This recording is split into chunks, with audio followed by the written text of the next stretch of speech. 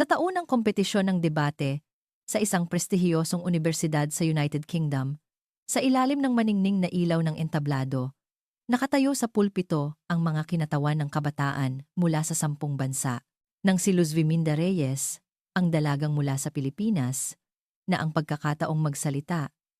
Isang lalaking kalahok na British mula sa kabilang panig ang biglang pumutol sa kanya. Sa isang malamig at mapanlibak na tono, sinabi niya, "Isang taong galing sa bansang abala lamang sa kaguluhang pampulitika at talamak na korupsyon ang magtuturo sa amin tungkol sa pandaigdigang pananaw? Ayusin mo muna ang gulo sa sarili mong bakuran."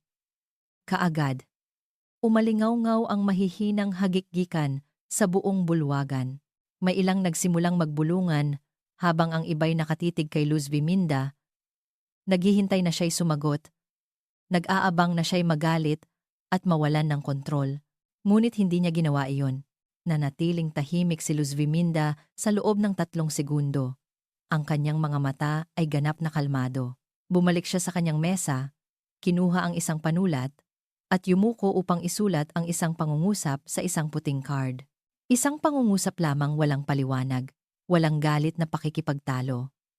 Pagkatapos magsulat, itinaas niya ang kanyang ulo at iwinagayway ang card sa ere. Ang binatang British, na ilang segundo pa lang ang nakalipas ay mayabang na nakangisi, ay natigilan nang makita ang nakasulat sa card. Unti-unting nagbago ang kulay ng kanyang mukha at bahagyang nanginig ang kanyang mga daliri. Wala pang 30 segundo, binitiwan niya ang mikropono at tahimik na bumaba sa entablado. Saglit na nabalot ng katahimikan ang buong bulwagan bago ito sumabog sa isang malakas na palakpakan na parang kulog. Ano nga ba ang nakasulat sa card na iyon? Bago pa man magsimula ang pandaigdigang kompetisyon ng debate, alam ni Luz Viminda na hindi magiging madali para sa kanya ang kilalanin. Idinaos ang kompetisyon sa United Kingdom, sa isang sinaunang bulwagan ng isang matandang unibersidad. Sa mga pader na bato, marangal na nakasabit ang mga watawat ng mga unibersidad mula sa buong mundo, ngunit wala doon ang pamilyar na araw at mga bituin ng kanyang bandila. Sa kanyang registration form, malinaw niyang isinulat ang Pilipinas. Ngunit pagdating niya, ang nakalimbag sa kanyang name tag ay ang mga salitang Popular Tourist Destination. Lumapit siya sa registration desk upang ipabago ito. Ngumiti lamang ang staff at sinabing, "Ganyan na po ang default sa system, hindi ko na mababago." Hindi na siya umimik pa. Binaligtad niya ang name tag, ikinabit sa loob ng kanyang blazer, at tanging ang kanyang pangalan na Luz Viminda ang nakalabas. Sanay na si Luz Viminda sa ganitong uri ng tahimik na pagbabalewala. Sa ibang bansa, maging sa akademya o sa mga pampublikong lugar, palagi niyang kailangang sagutin ang tanong na pinakaayaw niya. Sa tuwing sasabihin niyang Pilipinas, may susunod na tanong.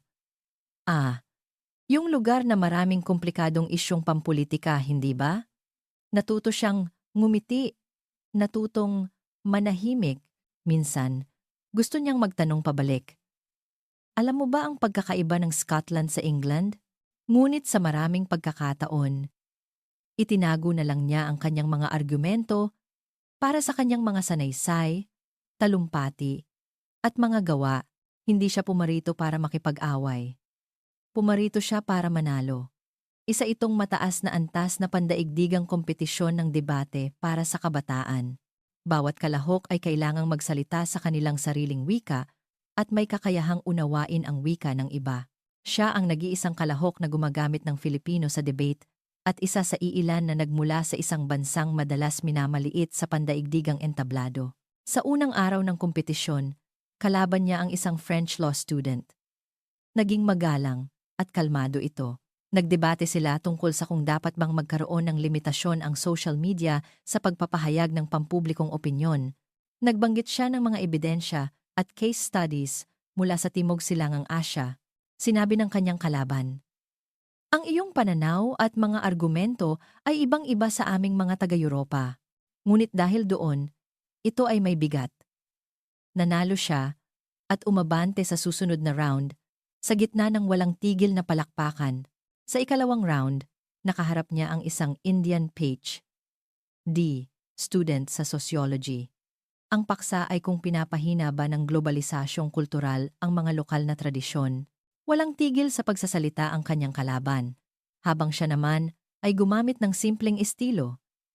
Tinapos niya ang kanyang salita sa isang maikling pangungusap sa kanyang katutubong dialektong Bisaya na labis na ikinahanga ng mga hurado. Nang araw na iyon, isang British coach ang lumapit sa kanya, ngumiti at nagpaalala, ang susunod mong kalaban ay hindi magiging kasinggalang niya. Natigilan siya sandali. Natigilan siya sandali. Tinapik siya ng lalaki sa balikat at umalis. Ikatlong round, ang kanyang kalaban ay si Simon Taylor, isang estudyanteng British, presidente ng debate club ng isang tanyag na universidad. Nang makita ni Luz Viminda si Simon sa backstage, nagbibiro ito sa isang volunteer, mabilis magsalita, at puno ng pahiwatig ang mga salita. Narinig ko, ang susunod daw na babae ay galing sa isang third world country at gusto nilang ituring natin siya bilang isang pambansang kinatawan? Napakamapanlikha. Hindi umimik si Luz Viminda, tahimik lamang na isinulat ang mga pangunahing punto ng paksa sa kanyang kuwaderno. Tiningnan siya ng kalaban at sinabi na may mapanuyang ngiti. Huwag kang mag-alala, hindi kita aapihin. Seryoso lang akong nakikipagdebate sa mga kalabang galing sa mga mauunlad na bansa. Endare. Nang umakyat sila sa entablado, inihayag ang paksa. Sa panahon ng globalisasyon, kailangan pa bang turuan ang kabataan ng kamalayang pambansa? Naging tensyonado ang kapaligiran. Seryoso ang mga hurado. Sa ibaba ay mga tagamasid mula sa iba't ibang bansa. Kabilang ang mga propesor, estudyante, at dose-dosenang mamamahayag. Handang-handa si Luz Viminda, malinaw ang kanyang mga argumento. Sa unang 5 minuto, matatag niyang ipinahayag na ang pambansang pagkakakilanlan. Nagsalita siya tungkol sa kung paano mapapanatili ng maliliit na bansa ang kanilang pagkakakilanlan sa gitna ng agos ng pandaigdigang kultura. Nagsalita siya tungkol sa wika, alaala, lupa, at mga pagpapahalaga. Walang tigil ang palakpakan. Sumunod si Simon. Sa simula, kinutya lamang niya ang mga halimbawa ng maliliit na bansa na binanggit ni Luz Viminda gamit ang mga kwento ng mga tribo sa Africa noong panahon ng kolonyalismo upang ipahiwatig ang posisyon ng Pilipinas sa mata ng kanluran. At pagkatapos, binitiwan niya ang pangungusap na iyon. Isang taong galing sa bansang abala lamang sa kaguluhang pampulitika at talamak na korupsyon ang magtuturo sa amin tungkol sa pandaigdigang pananaw. Ayusin mo muna ang gulo sa sarili mong bakuran. Di. Tumahimik ang buong bulwagan, hindi dahil sa gulat, kundi dahil sa pagiging pamilyar. Pamilyar sa kayabangang nagmumula sa pag-iisip na ang kanluran ang sentro ng mundo. Pamilyar sa nakatagong puot sa mga Asyano. Pamilyar sa paggamit ng mga panuntunan at kahulugan upang gumuhit ng mga hindi nakikitang hangganan. Ilang internasyonal na estudyante ang natawa. Isang reaksyon na pinaghalong pagpapahalaga sa sarili at paghamak. Yumuko si Luz Viminda at binuklat ang isang pahina. Tahimik sandali, hindi siya nagmadaling sumagot. Alam niyang ang pagiging padalos-dalos ay ang pinakamalaking bawal sa debate. At ang ganitong uri ng insulto ay nagpapakita lamang na minamaliit siya ng kalaban. Ipinagpatuloy niya ang paglalahad ng kanyang pananaw, hindi nagpakita ng emosyon. Ginamit niya ang mga halimbawa ng mga protesta sa iba't ibang bansa sa mga nakaraang taon na nag-ugat sa pagtanggi sa kultura upang patunayan na ang pakiramdam ng tinanggihang pagkakakilanlan ay lumilikha ng mga sugat para sa mga susunod na henerasyon. Sinipin niya ang sinabi ng kanyang ina. Ang pangalan ay hindi para patunayan ang pag-iral. Ang pangalan ay ang pag-iral. Hindi na niya muling binanggit ang Pilipinas, ngunit gumamit siya ng hindi mabilang na mga salita upang paulit-ulit na ipahiwatig ang ideyang iyon. Pumasok ang kompetisyon sa yugto ng direktang sagutan. Sunod-sunod ang atake ni Simon, gamit ang mga salitang tulad ng hindi matatag na demokrasya, bansang puno ng kudeta, naipit sa bitag ng middle income. Ilang beses siyang pinagsabihan ng mga hurado na kontrolin ang kanyang pananalita, ngunit lalo siyang nag-init. na para bang nakikita na niya ang tagumpay. Sa huling 3 minuto, hindi na siya nakipagtalo. Ibinaba niya ang mikropono, kinuha ang blankong scoring card sa likod at nagsulat ng isang pangungusap dito. Mabagal ngunit tiyak ang kanyang pagsulat. Pagkatapos, tumayo siya at itinaas ang card. Nakita ito ni Simon. Agad na nanigas ang kanyang ngiti. Hindi nakita ng mga manonood ang nakasulat, ngunit kitang-kita nila ang reaksyon ni Simon. Natulala siya, namutla, at nanginginig ang kamay na may hawak na mikropono. Pagkaraan ng 5 segundo, lumingon siya sa moderator at sinabing, "Umaatras na ako." Hindi siya nagbigay ng anumang paliwanag. Tumalikod siya at bumaba sa entablado. Ilang hurado ang napanganga, ngunit walang masabi. Nakatayo pa rin doon si Luz Viminda, itinaas ang card gamit ang kanang kamay. 10 segundo ang lumipas, at sumabog sa palakpakan ang buong bulwagan, ang pinakamalakas na palakpakan sa buong kompetisyon. Dahan-dahan siyang bumaba, ibinigay ang card sa mga hurado, at bumalik sa kanyang upuan, walang imik. Sa card na iyon ay nakasulat, "Ang kawalan ng puwesto ay hindi nangangahulugang kawalan ng paninindigan. Hindi mo ako nakikita dahil pinili mong pumikit, inammi." Wala siyang sinabing bansa. Walang idinikit na anumang etiketa, ngunit ang pangungusap na iyon ay sintalas ng kutsilyo na pumunit sa huwad na kapayapaan at naging dahilan upang hindi na magkunwari ang lahat na hindi nila ito nakikita. Sa backstage, isang staff ang bumulong. "Ito, ang tunay na debate." Pagkaalis sa entablado, hindi lumingon si Luz Biminda sa mga manonood, hindi pinansin ang mga humahangang tingin ng mga hurado. Pumasok siya sa backstage, tinupi ang card, at isinilid sa kanyang bulsa, tulad ng pagtatago sa isang pasaporte na madalas maliitin ang kahalagahan. Umaalingaw-ngaw pa rin ang palakpakan sa labas. Ipinakita sa malaking screen sa backstage ang sandaling iyon ang imahe niya na itinaas ang card. Pinalibutan ng technical team ang screen, sinusubaybayan ang mabilis na pag-update ng datos sa social media. Bumuhos na parang baha ang mga post at komento, ngunit hindi niya ito tiningnan. Umupo siya, uminom ng tubig, at yumuko para mag-isip. 10 minuto matapos ang kompetisyon, may nag-upload ng clip niya na itinaas ang card na may caption, "Kinatawan ng Pilipinas." Hindi sinagot ang insulto, nagsulat lang ng isang pangungusap na nagpaatras sa kalaban. Sa loob lamang ng 2 oras, na umabot sa mahigit 1 milyong view ang video. Ang hashtag na "Pinili mong pumikit" ay mabilis na naging trending sa maraming platform. May nag-screenshot ng card na may kasamang text, "Hindi kailangan ng Pilipinas ang iyong pagkilala para umiral."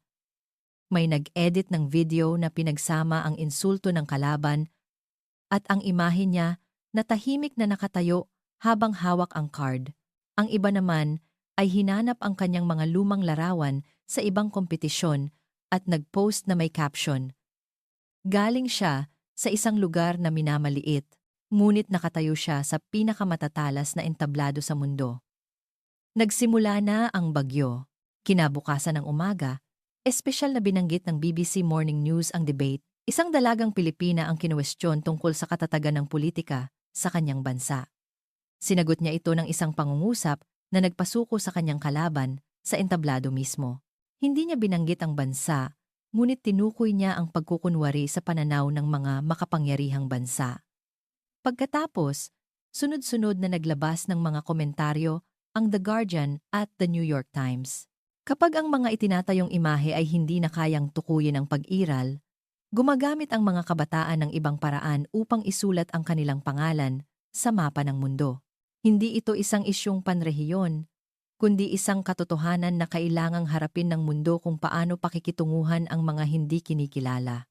Kabaligtaran ng ingay, nanatiling tahimik si Simon. Nilock niya ang kanyang social media accounts at nawala sa loob ng 2 araw. Kinansela rin ang press conference na inihanda para sa kanya.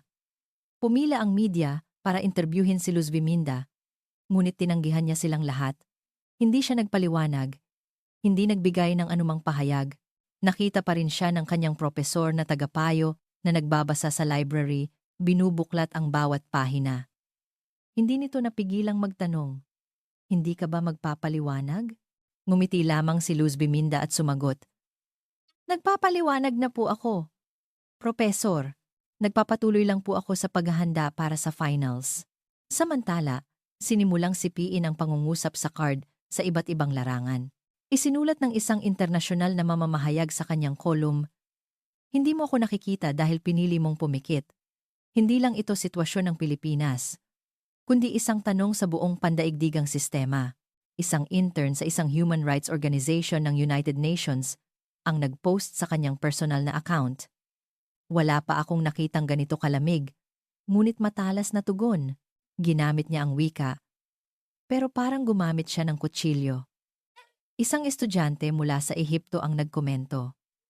"Galing ako sa isang slum na tinatawag na walang bansa. Akala ko noon, kung wala akong pangalan, wala akong boses." Ipinakita niya sa akin na ang pangalan ay hindi ibinibigay ng iba.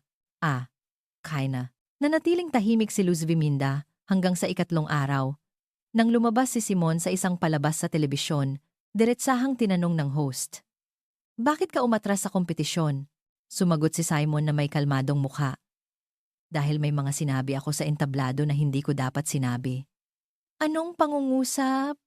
Anong pangungusap?" Tumahimik siya ng ilang segundo at sinabing, "Akala ko noon, ang isang pandaigdigang kompetisyon ay binuo sa mga panuntunan, pero ipinaunawa niya sa akin na may mga taong hindi nabubuhay sa ilalim ng mga panuntunan." Sabi ng host, "Hindi siya nakipagtalo sa iyo. Nagsulat lang siya ng isang pangungusap." Yumuko si Simon. Ang pangungusap na iyon ay mas mabigat kaysa sa anumang argumento. Pabulong na sinabi ng host, "Ang kawalan ng pwesto ay hindi nangangahulugang kawalan ng paninindigan. Hindi mo ako nakikita dahil pinili mong pumikit." Pumikit si Simon. Nanalo siya. Hindi lang sa debate. Nang gabing iyon, naging viral muli ang panayam.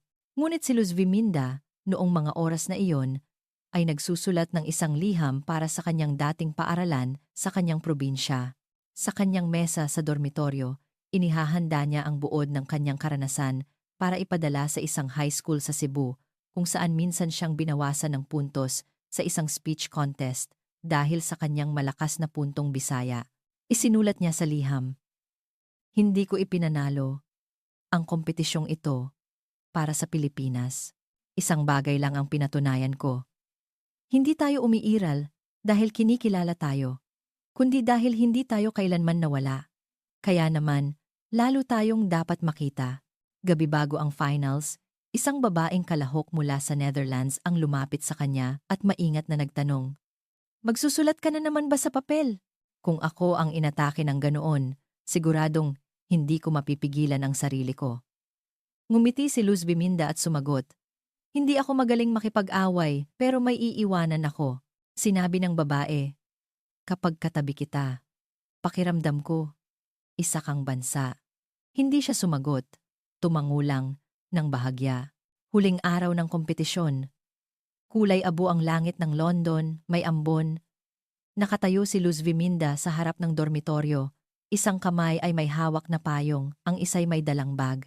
Hinabol siya ng kanyang propesor na tagapayo at iniabot sa kanya ang isang kaprinter-print na papel. Bagong anunsyo lang. "Tingnan mo." Medyo komplikado ang ekspresyon ng propesor. Kinuha niya ang papel. Isang patak ng ulan ang tumama rito at nagpabura sa isang letra. Mabilis niyang binasa. Hindi nagbago ang kanyang tingin, ngunit bahagyang humigpit ang pagkakahawak ng kanyang mga daliri na nagpalukot sa papel. Sa final round, ipinagbabawal ang pagtalakay sa mga isyung may kinalaman sa alitang pampulitika, nasyonalidad at mga pambansang simbolo. Naintindihan niya ang ibig sabihin nito. At naintindihan niyang hindi ito ang unang pagkakataon. Ngunit sa pagkakataong ito, iba na. Pumasok siya sa venue. Puno ng tao ang bulwagan. Handa na ang mga TV crew. Nakatutok ang mga ilaw sa gitna ng entablado. Nakasulat sa pisara ang paksa ng final debate. Dapat pa bang ipaglaban ng kabataan ang kanilang bansa? Isang kabalintunaan. Inanunsyo ng moderator ang pagkakasunod-sunod ng mga mag-aaral. Simula sa isang Amerikanong kalahok, mahusay siyang nagsalita tungkol sa responsibilidad, katapatan, at kung paanong ang bansa ang nagbibigay sa iyo ng lahat. Puno ng matinding pagkamakabayan at kanluraning kumpiyansa ang kanyang mga salita. Sumunod si Luz Viminda. Tumayo siya at naglakad patungo sa pulpito. Sa sandaling iyon, tumahimik ang buong bulwagan. Tumingin siya sa mga manonood, sa mga diplomatikong tagamasid na nakaupo sa huling hanay. Kumunot ang noo ng isa sa kanila. Seryoso ang mukha. Tumikhim siya at dahan-dahang nagsalita. Hindi niya binanggit ang salitang Pilipinas. Hindi siya nagwagayway ng bandila, hindi sumigaw ng slogan. Nagkuwento lang siya.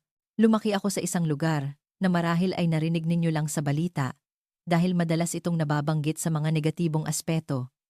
Mula pagkabata, natuto ako ng 2 wika sa paaralan.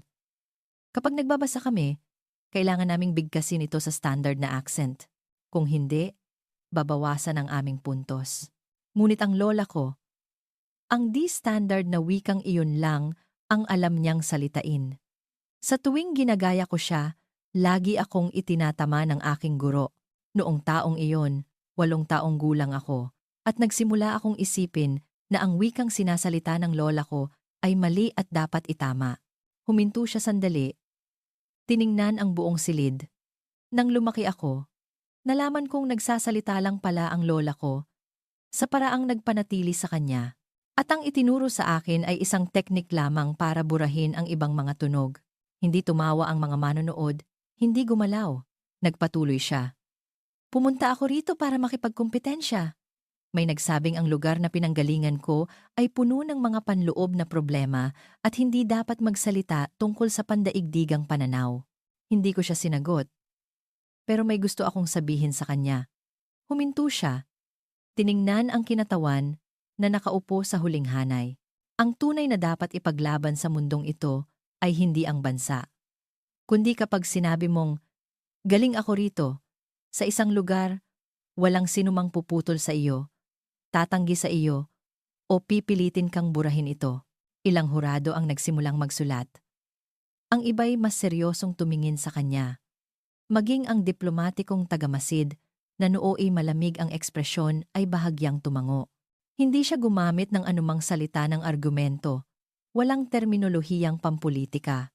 Sa huling 30 segundo, huminga siya ng malalim at dahan-dahang kinuha mula sa kanyang blazer ang lukot na card.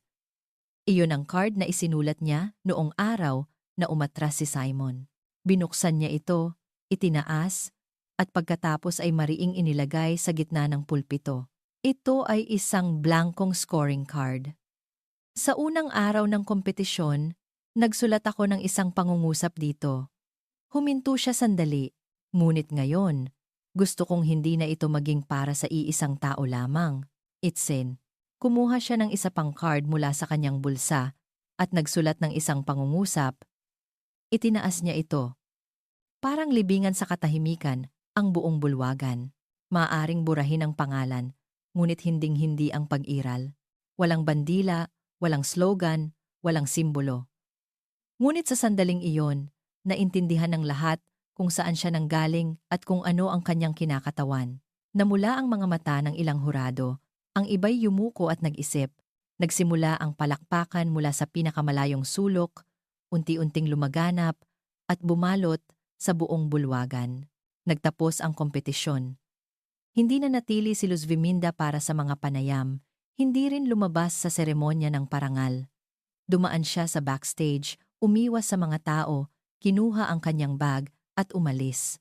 Pagkalabas niya, isang estudyanteng British ang humabol at nag-abot sa kanya ng isang kuwaderno.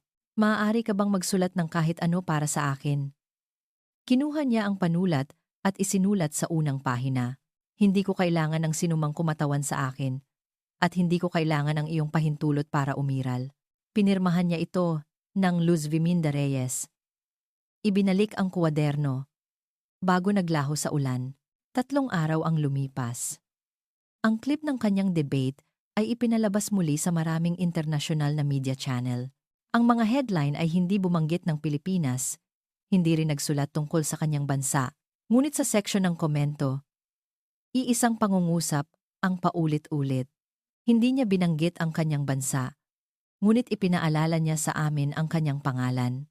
Ang dalawang pangungusap sa dalawang card ay isinalin sa mahigit 10 wika, inilimbag sa mga poster ng mga kilusan ng kabataan, mga materyales sa pagtuturo, at sa banner ng United Nations Youth Forum.